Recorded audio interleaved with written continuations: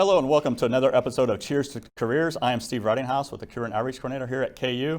And we're fortunate today to have Jesse Newell, the KU beat writer, covers basketball and football for the Kansas City Star. And it's great to have someone here in person to talk to, Jesse. I haven't been in this building in Stopper Flit in a long time, Steve, so it looks great. And yeah, it is nice to talk to people person to person again. I know in the sports journalism industry, that's always good to do as well. And definitely mask-free, too. Yeah. So what has life been like as a sports writer since March 2020? I know you do a lot of sports, and even last fall, I think you did some political coverage. Yeah, it's been different. I was talking with somebody earlier just about last week we went to the Brett Ballard camp at Washburn to talk to some incoming KU basketball players, and I think it had been 15 or 16 months since I talked to a KU basketball player in person, which, you know, for this job, it's just not something you're very used to going out there. But yeah, it's been different. You mentioned it. When the pandemic first started, we were kind of scrambling to come up with ideas, and people still had interest in sports, but kind of a different interest because there weren't games being played, and obviously the NCAA tournament was, called off. So we were getting creative, and then the Star came to me and said, "Hey, how would you feel about doing some politics coverage in the meantime?" Because obviously that was a hot button topic in November when the elections were happening and everything was happening around there. So I transitioned over and did that a little bit, but it's been a challenge for all of us. If it's a Zoom world, a digital world, and trying to build relationships and get things that are different with your perspective and with your stories it's more difficult, but you manage through it, and hopefully, knock on wood, we are all getting back to a little bit normal world. I know, like the Royals, just yesterday they allowed writers back on the warning track where they could interact with athletes, and I think both sides kind of like that a little bit more. You can share a few more personal interactions and feel like you know the people a bit more. Zoom calls are just, I think we all know this by now, a little bit impersonal, a little bit tougher to kind of build connections. Exactly. And I think it's been 15 years since you graduated from the J School. And when you said that, Steve, I thought you were wrong. I was like, this guy has me all wrong here. But then I did the math and you were right. So unfortunately, you were right. And I know you started at your hometown Emporia Gazette, spent some time at Lawrence World, Topeka Capital Journal, and now you're at the Star. Was that always the plan when you graduated from KU, or did you know what the plan was at that time? Well, it was the plan. I didn't know if it was going to turn out that way. Yeah, I grew up in Emporia, and I've only lived two places in my entire life, Emporia and then Lawrence, Kansas, which is kind of crazy. You just mentioned all the places I've worked at. I've worked at Lawrence World, Topeka Capital Journal, Kansas City Star, and haven't moved houses. So really, really fortunate in this industry to kind of have that happen. But yeah, I got about my sophomore year of high school, and I realized that I was batting ninth for my high school baseball team. The major leagues are probably not in my future, but I loved reading the sports section and the page, and I thought, hey, if I realized that when I was writing stories in English class, and I was writing about some topic I didn't like, it didn't really resonate. When I was writing about sports, I liked doing it. And so, I started early on. I went to the Emporia Gazette. I was stringing on Tuesday and Friday nights. I was writing high school stories when people would call in, things like that. And so that really was the career path. I wanted to do this. I wanted to be a sports journalist growing up, but so much of it is just good fortune and knowing the right people at the right time, and then just timing with it. Because as you know, Steve, a lot of these jobs don't exist in the same way or in the same manner that they did 10, 15 years ago when I got started. So started in Emporia Gazette, then Topeka Capital Journal. The Lawrence World was the online editor for 5 years there. Topeka Capital Journal was the beat writer for KU for a couple years, and then I've been with the Star about 5 years now too as the KU beat writer alongside my colleague Gary Bedore. So this is what I wanted to do, but super lucky, fortunate, all the things above to be able to do that for as long as I have. And I know a while back, I think in 2014, you won an Epi. Exactly what is an Epi? Is it like a nice statue do you get, or metal, or what do you get? It's glass. It's actually it's sitting on my desk. It's funny.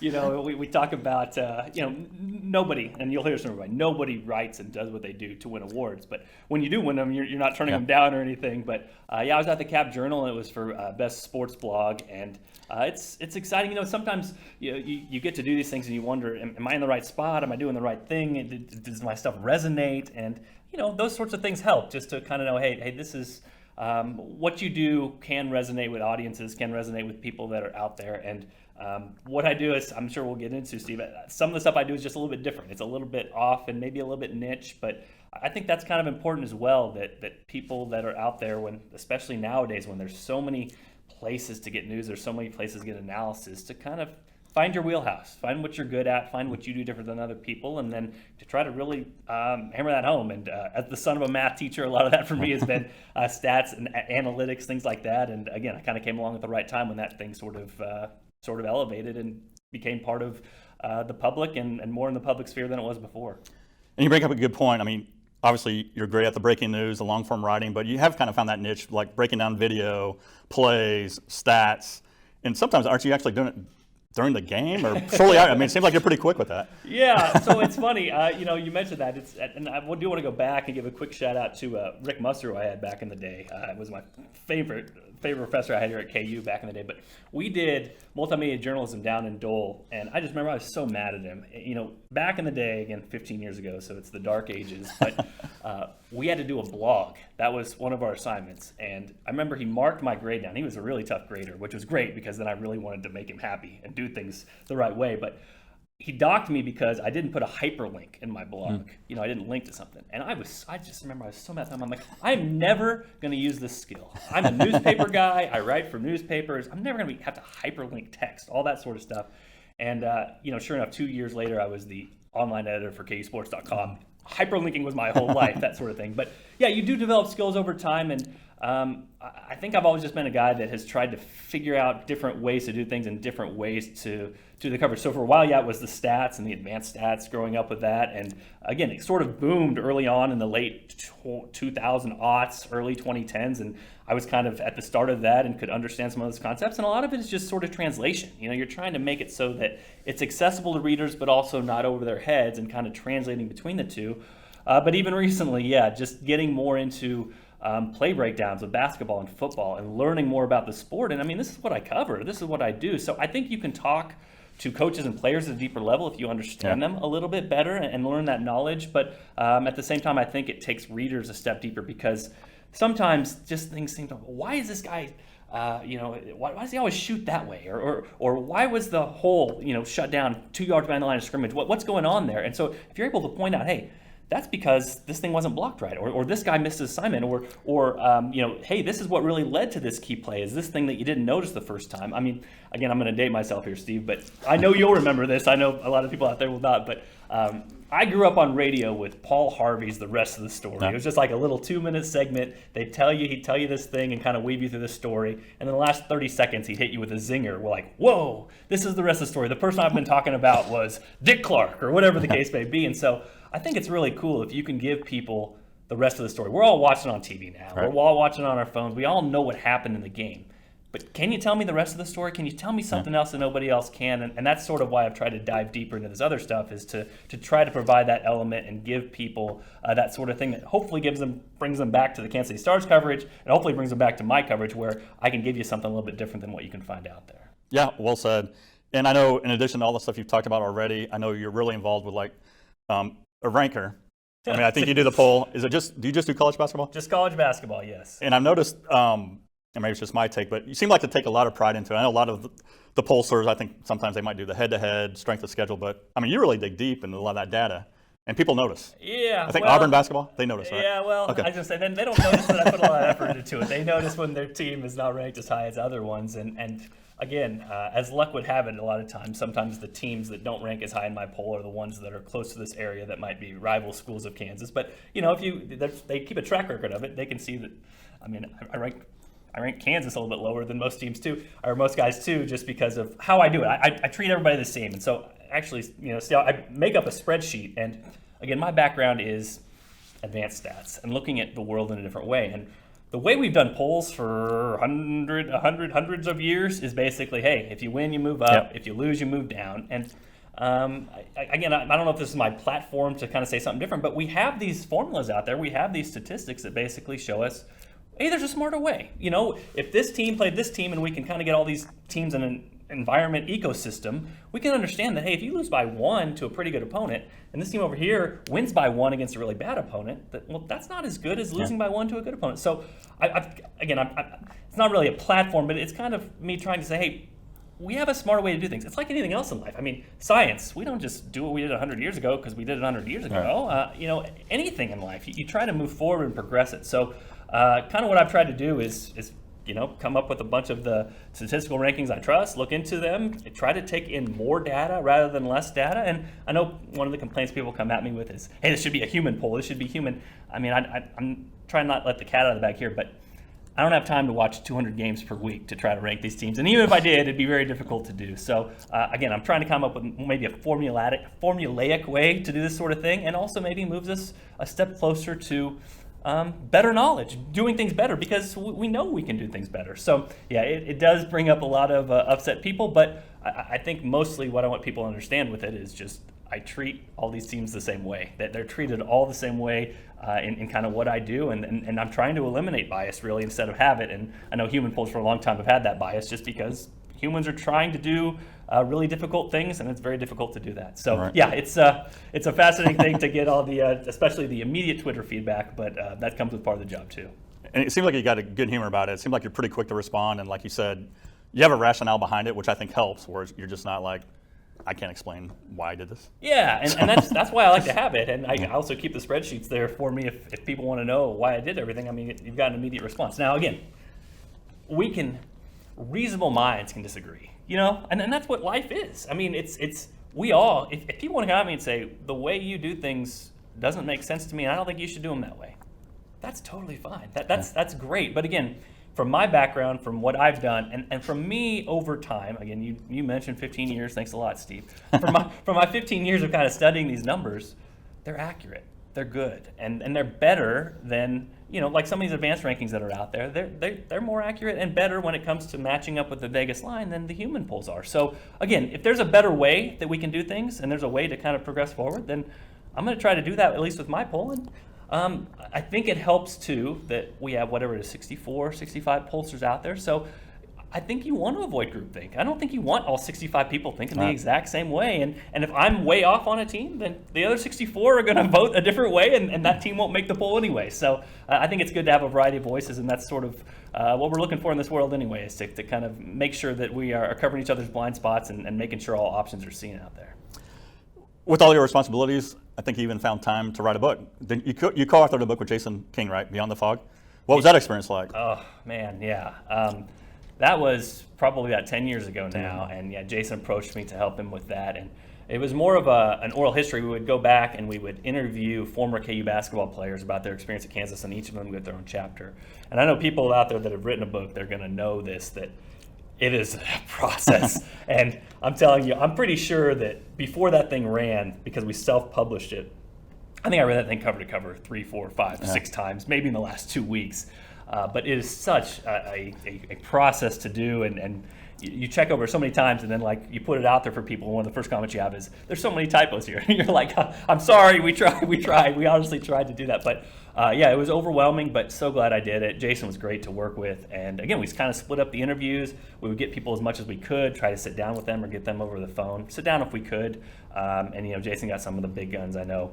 Remember back in the day, like the Mario Chalmers of the world. I was trying to get some of the other people. But all the people that play KU basketball, they have good stories too. The walk-ons have some great stories, just as well as the starters as well. But yeah, that was exciting. It was cool to have your name in a book. It was cool to do book signings and have all that with it. And even since then, I think the landscape has changed a little bit. I'm not sure books still sell, but it was pretty popular at the time. So an opportunity and something I'm glad that I did. And one, I'm not sure I ever want to do again. I have to be very, very, very, very motivated to do it again. But I think it turned out for the best. And like I said, I'm just really glad Jason involved me with that. And a good experience now looking back. I know the book obviously had basketball was a primary focus. I've always been fascinated, as a KU sports beat writer, where you cover basketball and football.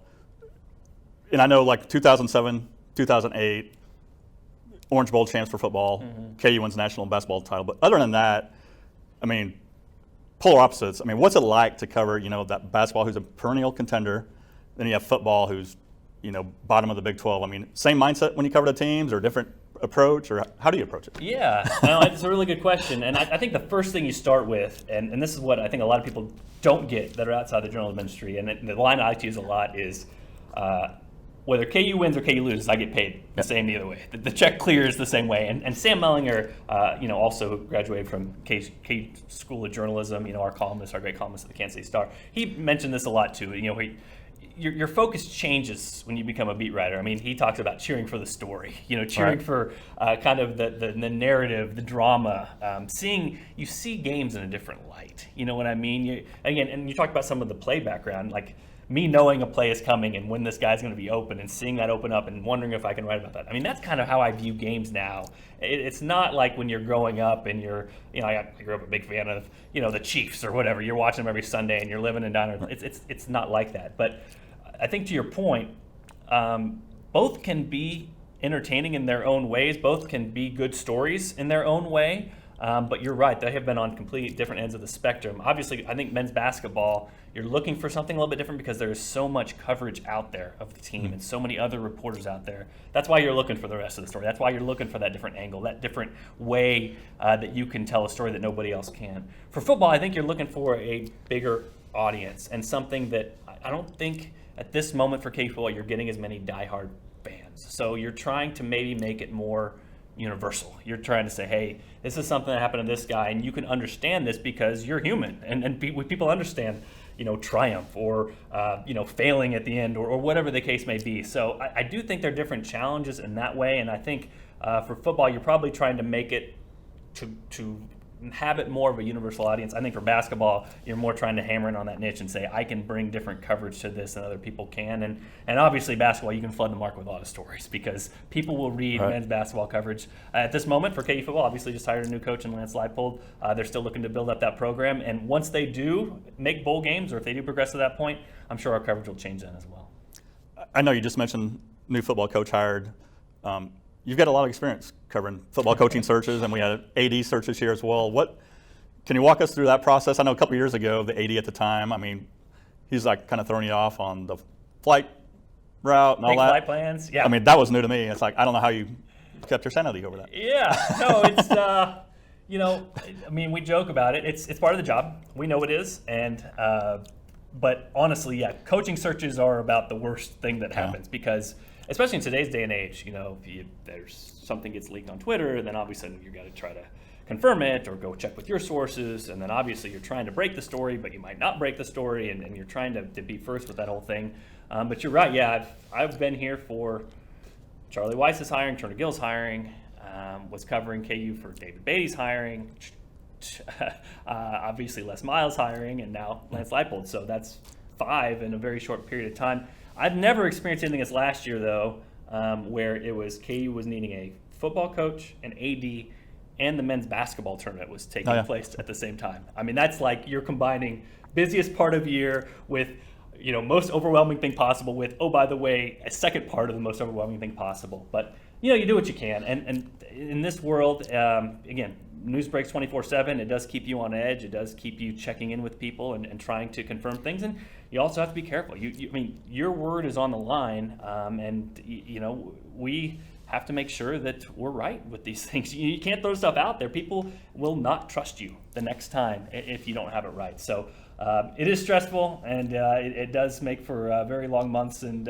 sometimes stressful months. But again, we all get through it, and it's just a little bit different than ones in the day. I was talking with you earlier, Steve, about newspapers. It used to be where you would gather all your stuff and then you'd print it at like 10, 11, or Journal World 12 or 1 a.m. and you put it out the next day, and then you would have it, no other paper would, and they couldn't match you until the next day. So, that had to be a big paralyzing fear. Now that's not it anymore. Now it's like if it's out there, you see it, you work to get it confirmed, 15 to 20 minutes it's that, but it's not a whole day. But again, just sort of different kinds of pressures based on what was before. But I think it's all something we know we signed up for. We take the job, and just breathing a little easier now. I think these things are in place, and so you probably should have at least a few months here without having to replace them. And you kind of touched on that 24/7 of sports. And I know you talked about graduating 15 years ago, and that was about the time Facebook and Twitter, YouTube kind of came to fruition. The Facebook. That's right, it was the Facebook at Harvard University.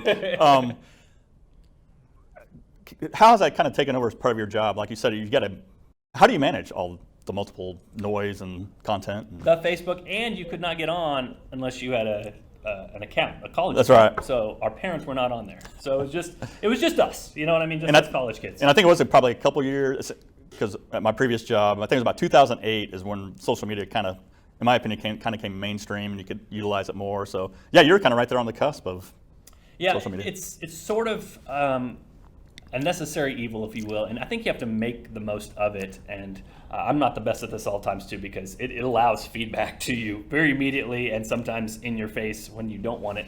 But I think a lot of us, just to be completely honest, for journalists, Twitter is it is a huge tool. I mean, like it is immediate information. It is from the sources. The journalists use it a lot. So, hate to admit it, but yeah, a lot of my day is spent on Twitter and having TweetDeck up and seeing what's going on and if there's other stories out there and what people are talking about. Again, I think your image and your perception of it is what you make it, and you have to be very careful. Again, I'm not perfect with this, obviously, with kind of what I put out there as well. But yeah, you're out there for everybody, and it can only take one or two bad moments for you to sort of lose a lot of the credibility and a lot of the good nature that you've built up over time. So you have to be careful with that. But yeah, it is one of those cycles where most days I've got TweetDeck pulled up in my background and just monitoring, seeing what's going on, and it does change things. I mean, sometimes you can drop of a hat, you're working on a story now because you see something that's out there, some news release got put out, somebody tweeted something, that sort of thing.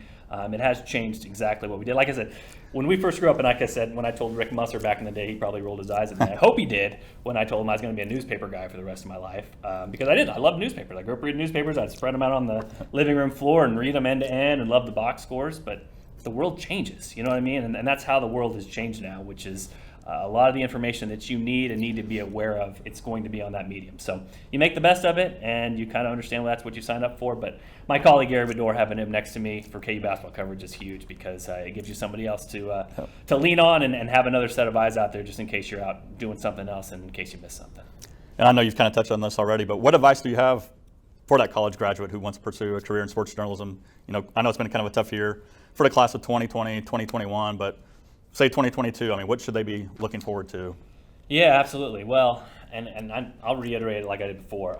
I got super lucky. And, this is going to age me too, Steve, but one of the biggest breaks I got was when you came to my college class, community journalism, came in there and had me write some stories for you guys for class credit. And this had never happened before, but I was had written sports at the time, and you guys were able to introduce me to Chuck Woodling at the time, who was the sports editor. And we made an arrangement where I would write 3 sports stories a week for him, and he got to know my work. They hired me over the summer to be a part-timer, and then from there, later on, when they had an opening a couple years later, they knew my work, and I was able to go work for them. So it sounds cliche. Relationships are so important. Introduce yourself as much as you can. From what I've kind of gathered in this industry, people, even toward the top, are willing to help. They're willing to read your stuff. They're willing to talk to you, but we have to know you're out there. And listen, I did a lousy job this in college. I didn't talk to Gary Bedore much because I was in awe. I was like, Gary Bedore, it's been the sports beat writer for KU in the Journal World forever, but I should have done a better job. But I would say reach out to people. I think understanding the nature of this business, like I said, I've read a book recently that talked about what if Bill Gates didn't come along when the computer boom happened? Would he still be a multi-billionaire? We don't know. Maybe he would be a chicken farmer. He'd be a billionaire. I don't know. But so much of what happened to me, it was fortunate. I came in the right time, and there were jobs open, and some of the places. I used to be a part-time sports writer for the Topeka Journal. We had like 6 or 8 on Tuesday and Friday afternoons. Now I think they have 1 or 2 sports people. Period. So I mean, it's a tough industry. It really is. The only thing I will say is that it's easier now to get your work, have it be professionally done, and have it be online. I mean, that is one huge advantage, because when I was growing up, you had to work for a newspaper, and then you got it out, and then again, it was in the Emporia Gazette. Now, I see some really, really good work from people that go on Substack, that work for blogs, that do their own work to get it out there. Now, again, landing the part-time job or the full-time job after that, it's really tough. It's a tough industry, and that's just kind of the nature of the times until everybody sort of figures out how to make money with this whole thing. But I would definitely say build relationships, talk to people. If you really want this and you're really good, there's going to be room for you. I mean, that's the bottom line in any industry. So if this is your passion, this is what you want, then just really stick to it and reach out to people and don't take no for an answer. But I will also say this, Steve. I have a lot of friends who I grew up with and had journalism jobs with and reporters, and they are very happy now after having transitioned out of it, and they have marketable skills elsewhere. So I would also say keep your options open, because I know people that are copy editors now that love it. I know people here that work at KU as part of efforts to build relationships there to people. They love their jobs. I've seen people. They work at PR firms, or they do other different things outside journalism. But what they learned at the J School here it's translatable, and it will work in other places. So always be aware. There's a lot of things out there now that maybe were not there before. There's so many like social media accounts and Twitter accounts. Hey, run our Twitter account and make sure that we have photos up. And again, some of these skills that you learn, whether it's some video editing or some photos or just knowing how to handle yourself online, those are the types of jobs in PR places that have really popped up here recently. And so there's going to probably be a lot more of those you would think into the future as well as brands try to outreach and master the Twitters and the Instagrams of the world. So I would be open-minded about that as well. But like I said, if you're good, they'll find you. And if you're good, you also need to be found as well. So do the best work you can and be open-minded about what's ahead. But it is a very tough time right now. And I think if we didn't say that, we wouldn't really be honest with ourselves, just because, like I said, I walked into a completely different world 15 years ago than what a lot of people are facing right now. And that's something I definitely preach to the students I visit within the Career and Outreach Center. I mean, every organization, regardless of industry, they want that great storyteller, Yes. content creator, and something I know a lot of businesses really respect is producing content on tight deadlines. Oh my I don't gosh. think we appreciate that skill as much as we should, because I know when I transitioned after 20 years in newspapers to PR, I'd get an assignment on Monday. Hey, can you have this to me by Friday? Like, I think if I get a hold of the right people, I think I might be able to get this done today. I said, did you mean 5 p.m. on Monday? Because I got 2 more stories right tomorrow. Because it's just amazing, and I just don't think people really appreciate that until you actually do that, produce content on tight deadlines. Well, and I will mention this too, again, when we're talking kind of news info and in this building, being able to write is a skill. I mean, it is absolutely a marketable skill that people will look for. So again, I know a lot of people, and I was one of them. I grew up and I was like, hey, if I can write about sports and do this for my life and be fortunate to do that, then it'll be awesome. And it has been awesome. But like I said, I think you have to deal with the reality of the times as well and see kind of what's going on in the media landscape with a lot of us out there. So that skill, being able to write quickly, accurately, on deadline, focus on details, focus on accuracy, people skills. That's something you develop as well. So all those things are translatable to other jobs as well, if need be. And so I think I would just, say that as well, that those sorts of things that you learn here are still going to be applicable, whether that results in the exact sports journalism job you want or whether it's something else. And listen, there's lots of sports jobs out there that aren't sports journalism too. I will tell you that. I mean, there are sports PR people, there are writing press releases out there, there's social media accounts. I mean, there are lots of sports-related jobs if you're interested in sports too. So like I said, the landscape's shifted a little bit, but there's places out there if you look hard enough. Well, Jesse, before we let you go, I know you're in the prediction business too. I think we're 11 weeks away from football season beginning, or the opener at KU, and then 20 weeks before basketball. So what can we count on KU football record-wise and KU basketball? What do you got? Oh, I think that they always call me the pessimist when it comes to KU football. So most of the over-under Las Vegas win totals for KU football have been 1, and I'm pretty sure when they went winless here twice in the last 10 years that the over-under then was like 2 or 2.5. So it's tough for Lance Leipold. If you walk in here after spring practices, and now you got to walk in the summer and then in August and try to teach your whole system and get it in. Oh, and by the way, you're facing a top 5 schedule nationally because you're facing Big 12 teams and have to go to Coastal Carolina. It's going to be tough. So, probably 1 win for football. That sounds about right. That right. Yeah, mark it 1-1. down, circle it. I think that would be totally fine. Again, the expectations for Lance Leipold and company will be in 2022, 2023. With KU basketball, I mean, they're going to be preseason top 5. I guess I don't know how many games they're playing, but whatever it is, Bill Self's average like 27, 28 wins a year, and now he brings in probably Remy Martin, the Arizona State. He'll probably be preseason Big 12 Player of the Year if he comes to Kansas and doesn't declare pro, but Bill Self just reloaded his roster in the offseason. So what do you think? I mean, 5 or 6 losses for them, but the number 1 seed in the tournament, preseason top 5. Okay. They're going to have a good team. He's going to have so many players. I think the biggest thing is going to be figuring out everybody's roles and trying to keep everybody happy. You only get 1 ball, you only get 5 guys on the court, but Bill Self has dealt with those problems before. Perfect. Well, again, Jesse, I appreciate your time, and we always like to close. It's great to actually do the toast in person because I do it virtually. But hey, cheers for your careers. Again, I appreciate your time. Thanks Jesse. KU Hoops, the app from the Kansas City Star. So there's the koozie. Great product placement. I like it.